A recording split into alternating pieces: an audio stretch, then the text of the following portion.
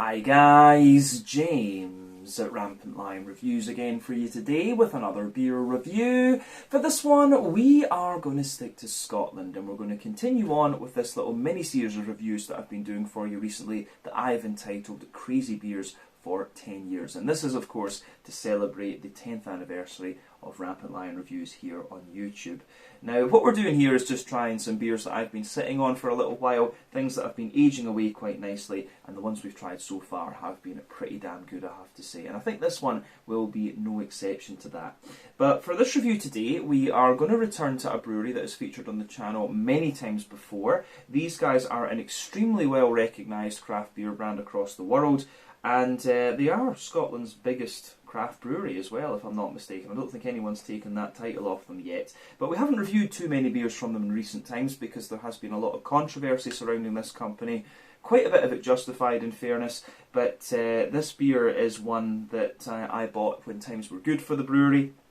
And it is a style actually that's kind of maintained a level of consistency from them over the years as well. But this is only the second time I'm trying a beer from this particular series that they do, and this is a very well respected series of beers that do, I will add that. So needless to say, I'm very curious to see what it's going to have in store for us. Hopefully it's another good beer. Hopefully it makes for an interesting review, and as always I hope that you guys watching enjoy my take on this one as well. So yeah, for this review then, we are going to head up to Aberdeenshire in the northeast of Scotland. We're going to go a little bit to the north of the city of Aberdeen, where I used to study chemistry, and we are going to go to Ellon, and that of course means that we're going to have a look at yet another beer from Brewdog.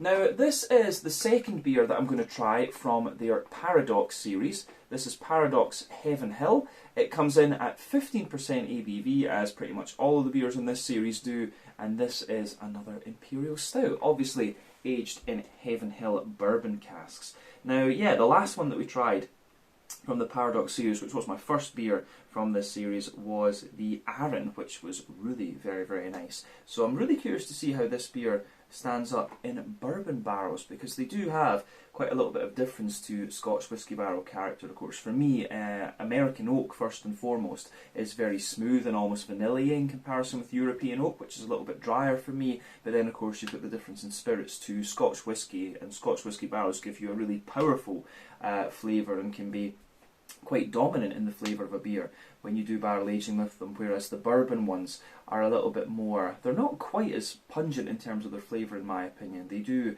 give you a little bit more of a kind of in-depth sweetness and things like that. So yeah, really curious to see what this Paradox beer is like in the bourbon cask for the first time.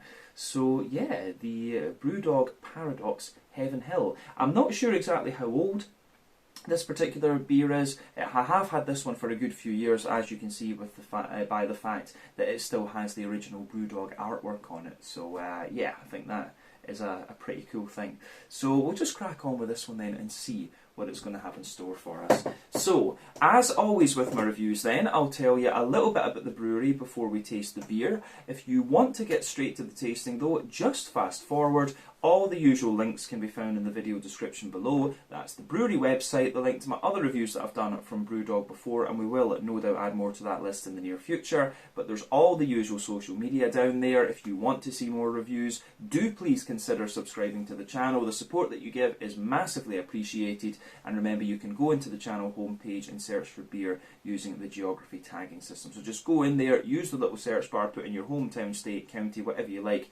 If I review beers from the area that you search for, they will pop up. Failing that though, you can check out the playlist of beers from different countries. You'll find this one in the Scottish playlist along with a number of other things, and you can of course check out the playlist of beers from other countries as well. But yeah, let's go on to my brewery notes then once again, and I'll tell you a wee bit about Brewdog.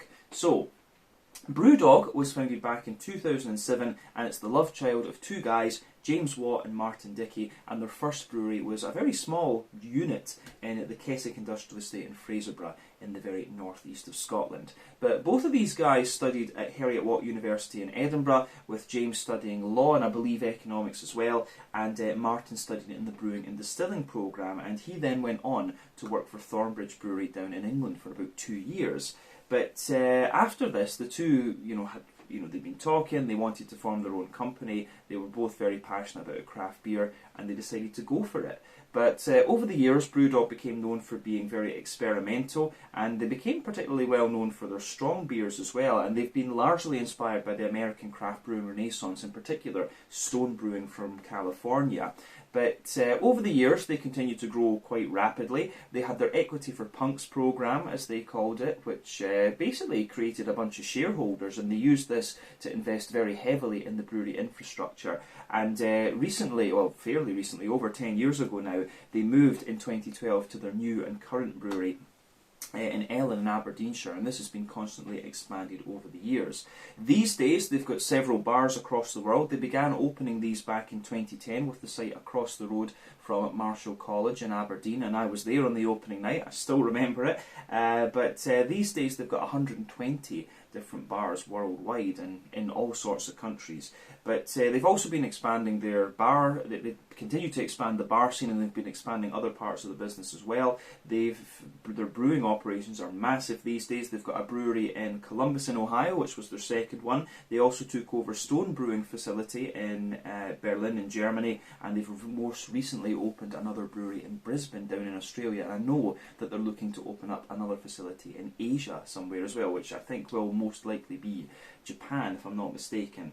But they started distilling spirits too under the name Lone Wolf Distillery. There was a little bit of controversy surrounding that too, and in recent times in Aberdeen they have expanded and made the Overworks facility, which is where they've been releasing some sour beers. They released the first beers from this in early 2019. But these days they're producing in the region of 800,000 hectolitres of beer worldwide, and yeah, they have continued to be a little bit experimental, but of course the kind of cutting edge that Brewdog had back in the day has been lost for the most part. You know, these guys are kind of like a corporate craft beer brand these days, if we can call them that. But as of July 2023, when I'm filming this review for you, these guys have produced around 550 different kinds of beer according to Untappd, and they will no doubt continue to build on that number as time goes on.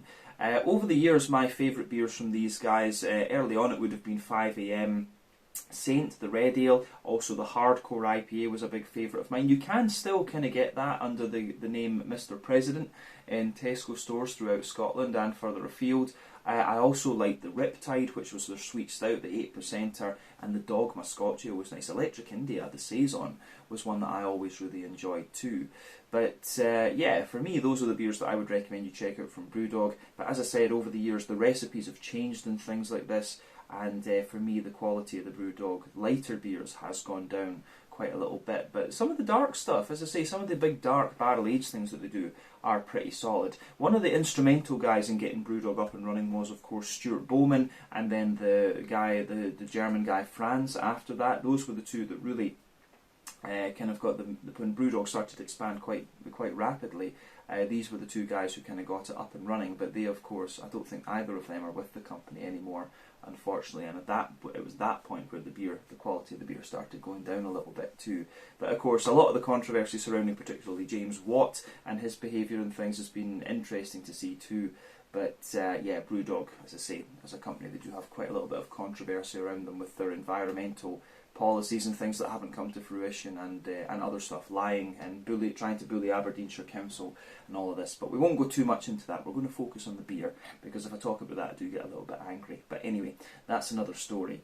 But yeah, that is everything I can tell you about Brewdog for the moment. If you want to learn a little bit more, of course, check out the brewery website, follow them on Facebook and Instagram to keep up to date with the latest goings on, and you can check out the Rate Beer and Untappd pages to learn a little bit more about all the different beers and things these guys have done. But yeah, let's have a taste of this one from an era when Brewdog were good. So yeah, as you can see, this one comes in this lovely packaging here, and I think this was the first Paradox beer that I got that was in the package like this. Of course, I had the Aaron one, which wasn't in the box, otherwise it would have been presented that way. But then yeah, we've got this one here, the Heaven Hill.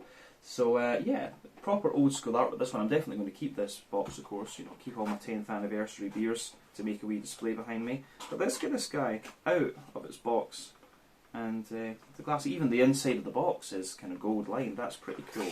But you can see this one is presented in pretty much the same way as the Aaron was.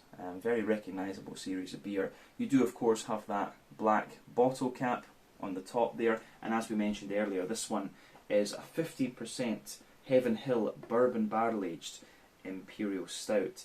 It tells you a little bit about the beer on the side here. You always used to get these mad little blurbs from Brewdog, which were interesting to read, and it says here, if we had known that a bourbon barrel aged stout would turn out like this and we could go back in time, we'd take it all back with us so we wouldn't have had to wait 9 months to try it. Of course, then we'd be so busy drinking it we'd have forgotten to put it in the barrels in the first place and it would never have existed. Luckily, there's only one bourbon barrel Paradox, and it's the one in your hand. Paradox Heaven Hill is our smooth imperial stout with a dark vanilla twist. Gentle, woody and spicy notes blend together with chocolate and roasted coffee in an intense and complex labyrinth of aroma. Enjoy this beer at room temperature to fully appreciate the layers of flavour, and try not to lose your mind trying to unravel where the stout ends and the bourbon begins. So yeah, pretty cool. It says this one is best before the 21st of the 3rd, 2024. So yeah, I'm guessing I must have bought this one in 2014 when I graduated. I guess I probably bought it just after that. So, well yeah, maybe actually a wee bit earlier. I don't know. But yeah, as I say, Paradox Heaven Hill should be quite interesting. The very first bourbon, one of the very first, or the very first bourbon barrel aged Paradox beer. I need to have a little look and see what other Paradoxes they've done over the years. I do have one more, which is also bourbon barreled, from a later date with the new artwork and things, so you'll see that bit appear in a few videos time. But yeah, 15% Imperial Stout. This one, Heaven Hill of course is a Kentucky bourbon, so we'll just need to see how we get on with this. Let's get this guy out then into the glass and see what it's all about. I'm really looking forward to this. So, there we go. Let's do this. As you can see with this one, it's pouring as we've seen from the other beers in this series. A little bit of sediment in this one, not too much, but you can see some of it has escaped and is floating around in the glass there. We'll keep the box, maybe put the box at the back here, and then let's see if we can position this nicely. Probably not, but yeah. Yeah, nah, I think we'll just have to make do with this one, but there you are. I think that looks pretty good. So, anyway, as you can see, this beer is poured pretty much as you would expect from any Imperial Stout. Not too much in the way ahead with this one, but in fairness, I didn't give it such an aggressive pour, but a 15% Imperial Stout, if it's not got wheat in it, which I don't think this one does, if it's not got wheat in it, it's not going to really retain its head all that much. But yeah, lovely, kind of, little bit of bubbly ring around the edge of this one there. I'd describe it as being a light fawn, kind of beigey tan colour that. But you can see the beer itself is a lovely dark sort of ebony rosewood colour. If you shine the light through it, you do get a little bit of that kind of Coca-Cola, Pepsi Max coloured edge to it. It looks very, very nice, and you can see there are little bits of sediment and stuff floating around in this one. But you know, you should expect that from an aged beer. It is all natural. We don't really need to kind of worry about that, to be honest with you. It'll add to the flavour, I guess we could say. But yeah, in terms of the colour of the beer, like we said, I would describe this one as being a lovely dark ebony rosewood. So remember, the colour of your beer depends on a few things. One, the type of malts that you use. This goes a long way to determining your EBC rating. Two, length of your wort boil is also going to play a role, because the longer you boil the wort, the more the sugars caramelise, and thus you get a darker colour of beer. Any barrel aging that you do or adjuncts that you put into the beer will affect its colour too. But yeah, you don't often have to care about that when it comes to black beers. You know, the barrels and adjuncts, it's very difficult if you have like special B or carafa or just, you know, roasted barley or whatever in there to actually affect the colour of the beer with adjuncts or barrels. So yeah, interesting stuff. I do like that. But yeah, this one, I actually thought this beer was a bit younger than the Arran. I didn't realise that kind of bought these around at the same time. I thought this one was bought maybe 2 or 3 years afterwards, but that just kind of goes to show you how many beers have been on the channel over the years. But yeah, I don't think we really need to say anything else about the appearance of this one. Nothing really in the terms of the way of visible carbonation. Yeah, I think we can just have a little look at the aroma of this one then and see what it's all about. So let's do that. Oh yeah. that smells really, really nice. Yeah, aroma-wise, it's pretty damn awesome. It's not anything that you wouldn't expect from a bourbon barrel-aged Imperial Stout, but it's just lovely. And if you went back to sort of 2014 or so, when this beer was being released, it's not a surprise. It's really not it's not a surprise. It was proper old school, this, but you can see how this beer would be kind of cutting edge for the time, and especially for me when I think back to how my craft beer knowledge and things has developed over the years. This would be something that would kind of blow my mind back then. So yeah, this is awesome. It gives you everything. You've got a bit of roastiness in there, you've got a bit of silkiness, you've got the big barrel notes, and you've also got just a little bit of fruity character and things too. So yeah, as I say, this beer gets a big, big thumbs up from me. Yeah. Aroma-wise, this is pretty damn good, I have to say. Yeah, let's just try and break this beer down and describe it for you a wee bit more in depth. So for me, the backbone of the beer, as you would expect with it being a bourbon barrel-aged Imperial Stout, is that bourbon barrel. So you can smell that lovely smooth American oak character just forming the backbone of the beer there. As I said earlier, for me, American oak is very often smoother than European oak, and the American bourbons are a bit brighter and sweeter in terms of their aromas in comparison to the Scotch whiskies. And you can smell all of that in here. So you've got the smooth American oak, different species of tree, of course, from the European oak, hence why you have these differences. But yeah, you can smell that lovely smooth American oaky character coming out of this one, the little bit of vanilla as well. You have that little bit of vanilla, as I said, and there's a little touch of almost nuttiness in there. But then above that, you've got the bourbon spirit, and for me, the bourbon spirit that's coming out of this one is it's one of the sweeter and brighter bourbon spirits that I certainly remember. I'm not overly familiar with bourbon as a drink, to be quite honest with you, because just growing up in Scotland, when if you want a sweeter whiskey, you go for Speyside. That's just kind of what you did. You didn't really go to the American bourbons, in fairness. But yeah, the American bourbon that's in here is really bright. The brown sugary characters are very, very bright in this one, which I think is really quite interesting. So yeah, lovely brightness coming out of this beer from that perspective. And then yeah, you have, as I say, you have everything else that you'd expect of the Russian Imperial Stout just coming out on top of that. Yeah, beautiful, beautiful aroma, I have to say, from the barrel. And the thing is, the barrel doesn't take over it really doesn't take over the whole beer. I think that's a good point with this one. Yeah, it really doesn't take over everything that's going on with the beer. I think it's really nice and measured and things. So yeah.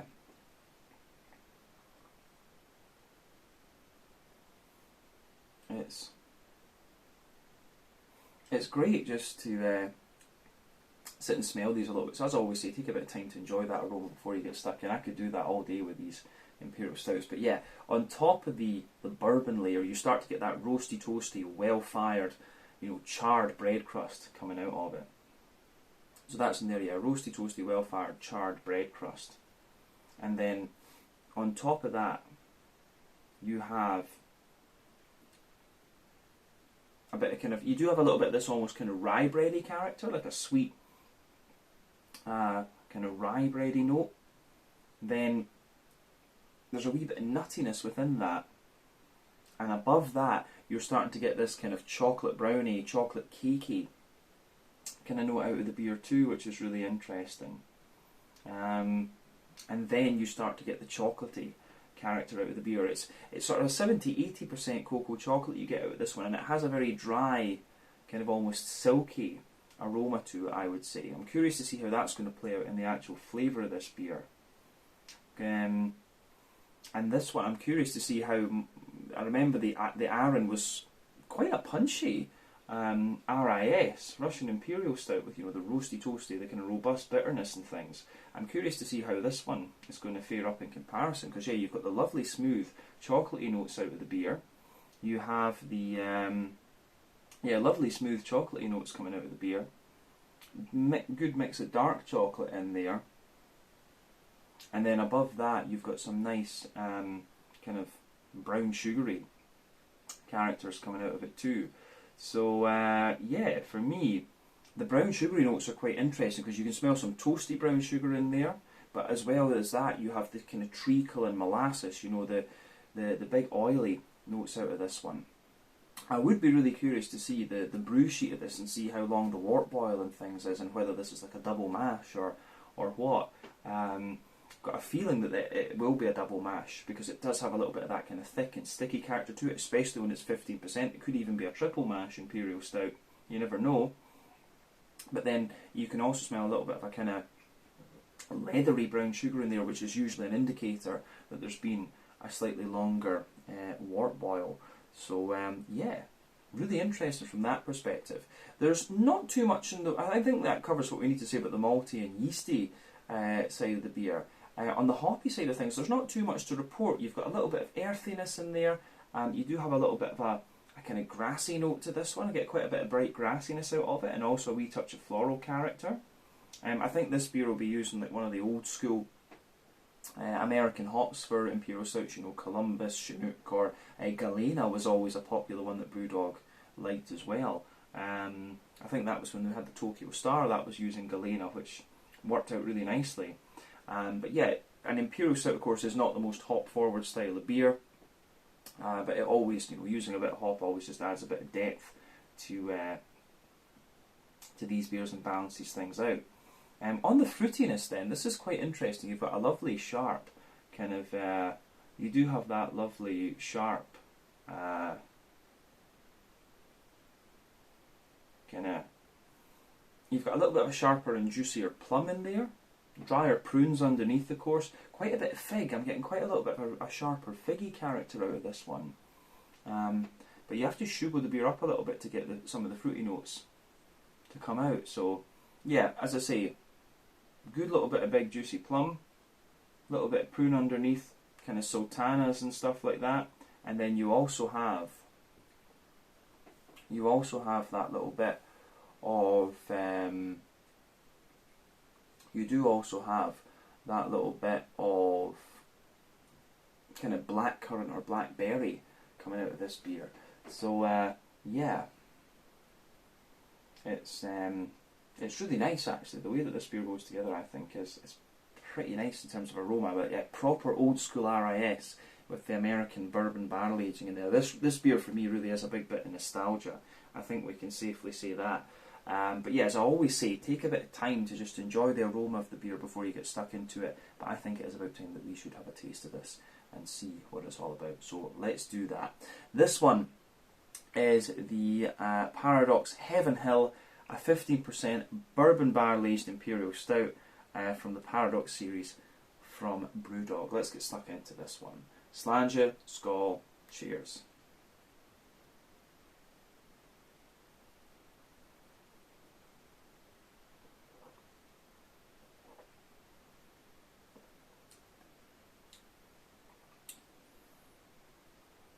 Yeah,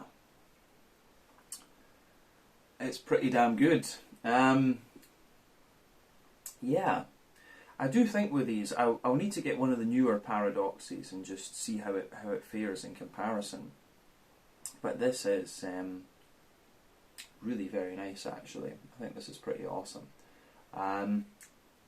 Yeah, this gets a big thumbs up from me, and this just kind of goes to show you, Brewdog back in the day were a very, very capable brewery, producing stuff like this. I think this is great.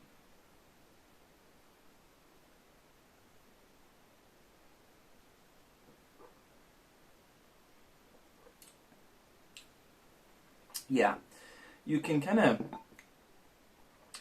taste the difference a wee bit with this one and the Arran that we had before. Again, it's just the character of the barrels and stuff. These, back then there wasn't really such things as cognac barrel aging and rum barrel aging. That wasn't as big a thing. It's more recently that that's come out, but this beer being from 2014, it was. Bourbon barrel aging was kind of starting to come onto things. Scotch whisky barrel aging was, in Scotland it was done, but I don't think too much further afield was it really done. But yeah, this is this is pretty damn good.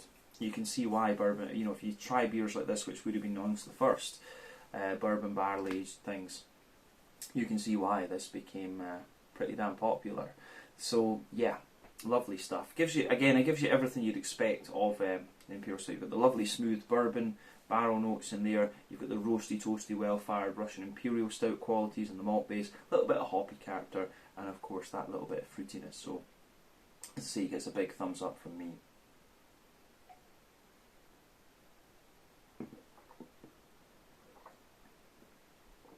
But yeah, the backbone of this beer, you've got that lovely, smooth American oak backbone there. We're talking about the middle third of the palate, just to be clear, so we'll break the beer down as we always do. So you've got that lovely, smooth American oak backbone in the beer. That's holding everything together. A little bit further forward on that middle third of the palate, you get a wee bit more of the vanilla coming out of this one. And then there's a wee bit of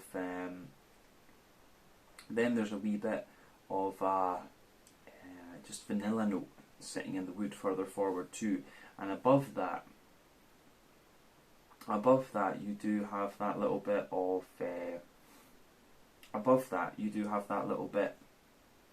of the spirit layer. The spirit layer is not overly prominent in this one, and the further you go into the aftertaste. This was like I was saying earlier, you know, the Scotch whisky barrels are a little bit more punchy in terms of their impact on the flavour of the beer. So yeah, there's things like that to think about too.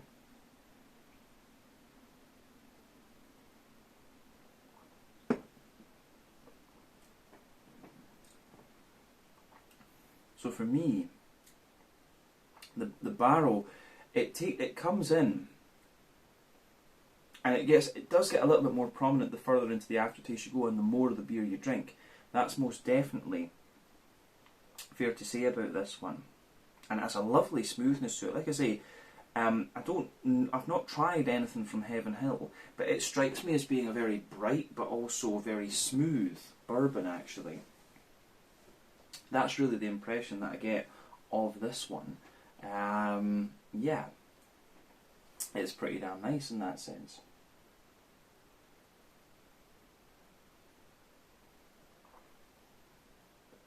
But yeah, it's a very easy to drink Imperial Stout as well, I will say that. But yeah, above that spirit layer, the spirit has a lovely smoothness to it as well. You start to get the more roasty, toasty, well-fired aspects of the Russian Imperial Stout. It's unquestionably a Russian Imperial Stout, this one, instantly. It's not like an Imperial Milk Stout or anything. But yeah, above the spirit layer, still talking middle third of the palate, you get that roasty, toasty, well-fired, like charred, bread crusty type quality coming out of the beer. So yeah, that's definitely in there. On top of that, you get a nice little bit of a kind of rye bready character. So yeah, nice oily kind of rye bready character coming out of this one. And then above that, you have the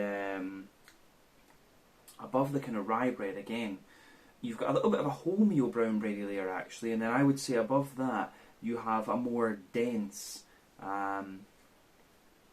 you've got a more dense kind of like chocolate muffin, chocolate brownie type layer. But yeah, I think that's fair to say. Roasty, toasty, well-fired bread crust, rye bready characteristics, then a kind of wholemeal brown bread, and then you've got a kind of cakey, kind of like muffin, brownie type consistency thing about this. So you've got the 4 layers in there, and they give you a little touch of nuttiness the further into the aftertaste you go. Above that, you get the chocolate. So let's just talk about the chocolate briefly.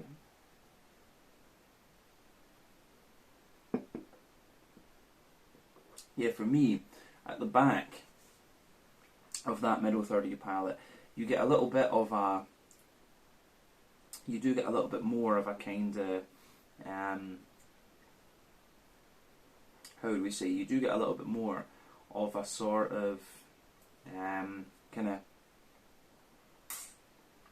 80-90% cocoa chocolate, and as you move further forward, you can feel it mellows out, and it gives you maybe a 50% cocoa chocolate at the front of that middle third of your palate. As I've always said, the further forward on the palate you are, the sweeter the flavours of the beer. The further back on the palate you are, the more bitter they tend to be. It's a general trend, as I say. So yeah, you've got the chocolatey layer there. Then above that, you're starting to get the kind of brown sugars out of the beer. So let's just focus on those. The middle third of your palate is, of course, the most complex part of the beer.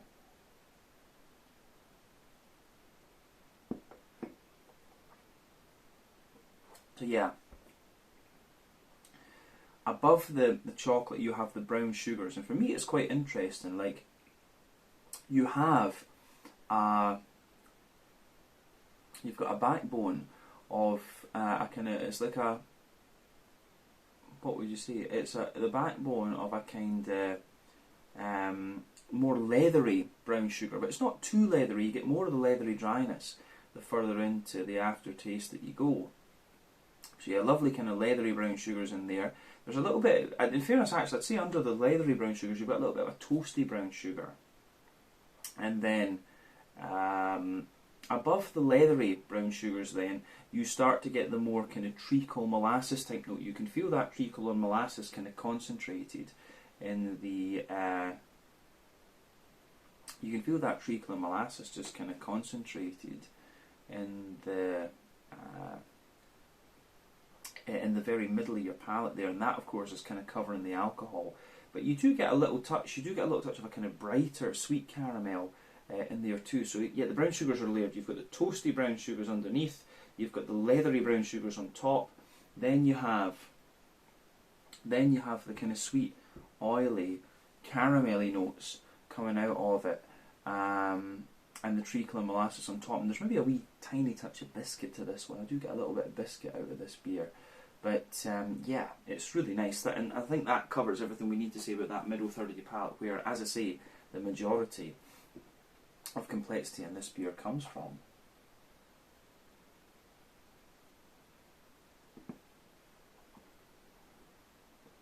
So, middle third of your palate then, the way everything goes together, I think, is really quite nice. Yeah. The border region of that, let's look at the back third of the palate then. But the border region between middle and back third of your palate, again, you get that nice little bit of bready build-up that you often get. You can feel the kind of rye bread in the base, wholemeal bread in the top, and then a more dense, cakey type aroma, or cakey type flavour sitting on top of that. I should say not aroma. I always do that in videos when I'm a bit tired. I mix up the words flavour and aroma. But yeah, middle third, that's the border region there.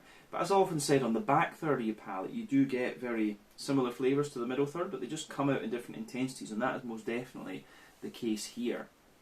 So the backbone of this beer, you have that nice roast, you have that nice kind of dry American oaky character coming out of this one. You can feel the wood is distinctly drier on the back third of the palate in comparison with the middle third of your palate. Then above that you get the spirit layer, which feels a little bit more toasty and dry again, but then you have the roasty well-fired bread crust in there. You've got a more light and airy rye bready quality coming out of this one, and then above that you've got a wholemeal, a lighter kind of wholemeal brown bready character. Then you've got the nice kind of cakey qualities in there as well, which are still a little bit dense, but they do feel lighter and more airy. I would say it's more of a muffin, chocolate muffin, than in comparison to a chocolate brownie that you had on the top, kind of more savoury layer on the middle third of your palate. But then yeah, above all of that you've got a nice, you can feel some of the sort of chocolatey, the kind of more charred and dry aspects of the chocolate just creeping over the top of that and giving you all of these kind of dryness. That's the top of the kind of the malty layer on that back third of your palate. And above everything else you've got some of the yeasty notes. So let's just focus on that yeasty character quickly.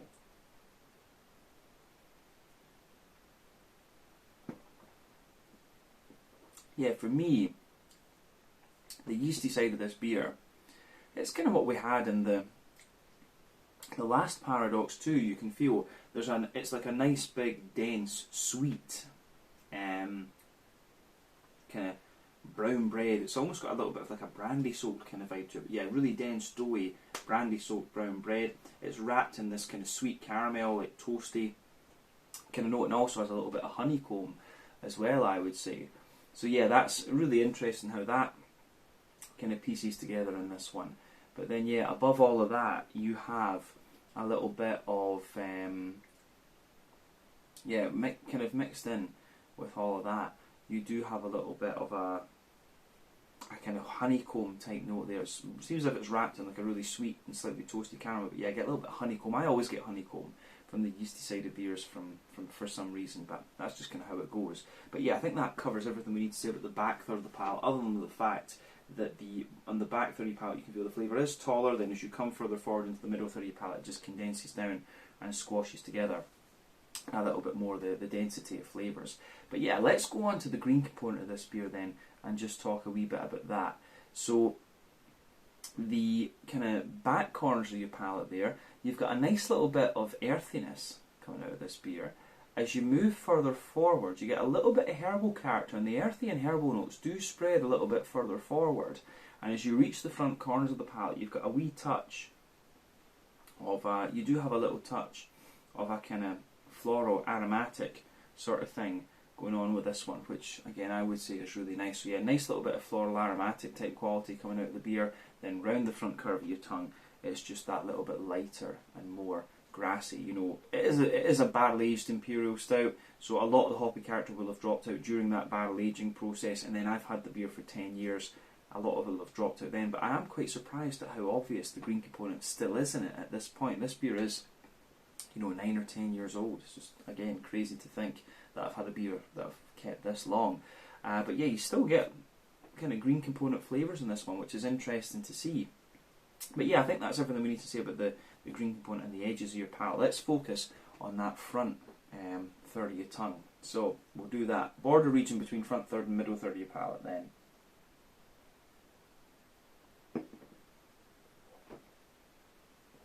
Yeah, for me, this beer, you get that lovely little bit, you know, the border region between front third and middle third of your palate. Again, you get a nice little bit of a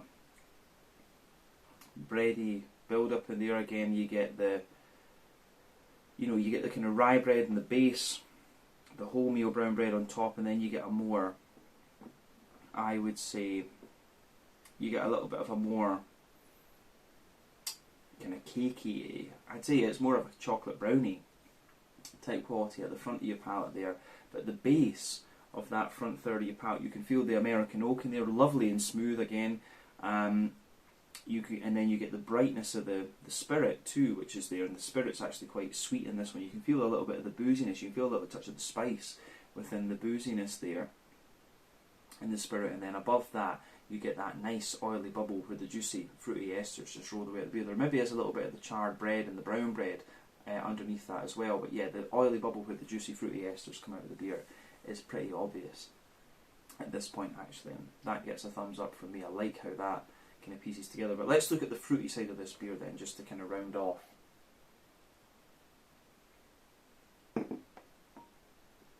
So yeah, when you take the beer in, you absolutely have big juicy plums, like a very slight cherry note to this one, but yeah, big oily juicy plum in there. At the back of that front third of your palate, you can feel it's quite layered again. You've got the big oily plums underneath that. You get a little, yeah, you've got the big oily plums underneath that. You have a little bit more of a kind of drier prune. You get a little bit of an almost datey character there on the back of that front third of your palate too. But then as you move further forward into the middle of the front third of your palate, it's more, yeah, you have a little bit more of a kind of sweet, yeah, you've got a little bit more of a kind of like sweeter, juicy, figgy kind of character there. And as you move into the front half of that front third of your palate, it's a little bit more about, it's got blackcurrant in the base and then an oily blackberry sitting on top of it. It's really interesting from that perspective, I have to say. So yeah, the fruity character has a little bit of a sharper impact, but it mellows out a little bit more, and then you start to get more of the actual RIS out of the beer rather than the fruit. So I would say that about this one, the bourbon barrel aged one compared to the Iron. The fruits don't linger as long in this one, I would say. But yeah, it's still a beautiful beer, this, and I think it kind of goes to show you how good Brewdog were back in the day and how they managed to build such a name for themselves, other than the kind of shitty marketing that they did. So yeah, the beer was worthy of the praise that it got, for sure. But yeah, let's round off this review then with a wee bit of a look at the mouthfeel. So for me, from drinking this beer, unquestionably full-bodied.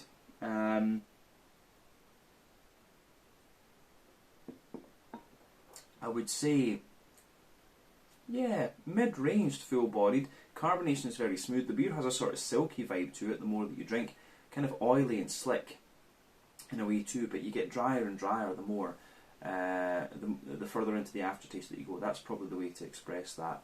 So yeah, that does go together really quite nicely for me. In terms of the IBU count in this beer, I think this one's probably 80 or 90 IBUs, something like that. You get a lot of roasty toasty bitterness out of this one, particularly the further into the aftertaste that you go. But you get a lot of smoothness as well, and a drier sweetness the further into the palate that you go too. So this beer is definitely not as bitter as the Paradox Arran was, that's for sure. But we said the malt base, it's got a kind of, you know, if we talk about the malty and barrel and yeasty side of the beer, you've got a lovely smoothness underneath, you've got a bit of sweetness from the spirit. The malty side of things, you've got a bit of a smoother, almost like savoury side to the beer. You've got a dry and a lot of drier sweetness on top of it, a little bit of an oily sweetness too. So the malt base has a big variety of flavours. But then, yeah, you have a sort of, you do get a little bit of bitterness from the hop in this one too. So yeah, you've got the earthiness there, the herbal character and so on. Yeah, that is definitely contributing to the bitterness. So 70, 80 IBUs in this one I think is about where we're sitting. It doesn't strike me as being overly bitter, but then yeah, the fruity character is really nice. A bunch of red fruity notes, a little bit of a drier fruity character as well.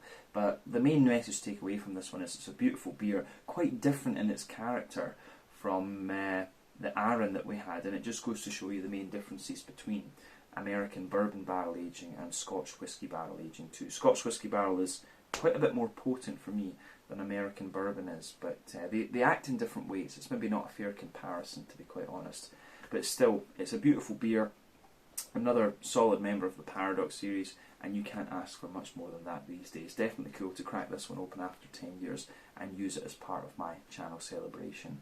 So yeah, I think we can round off this review at that point. So yeah, this was the Paradox Heaven Hill, a 15% Russian Imperial Stout aged on Heaven Hill bourbon barrels from Kentucky over in the US. My second ever beer from the Brewdog Paradox series.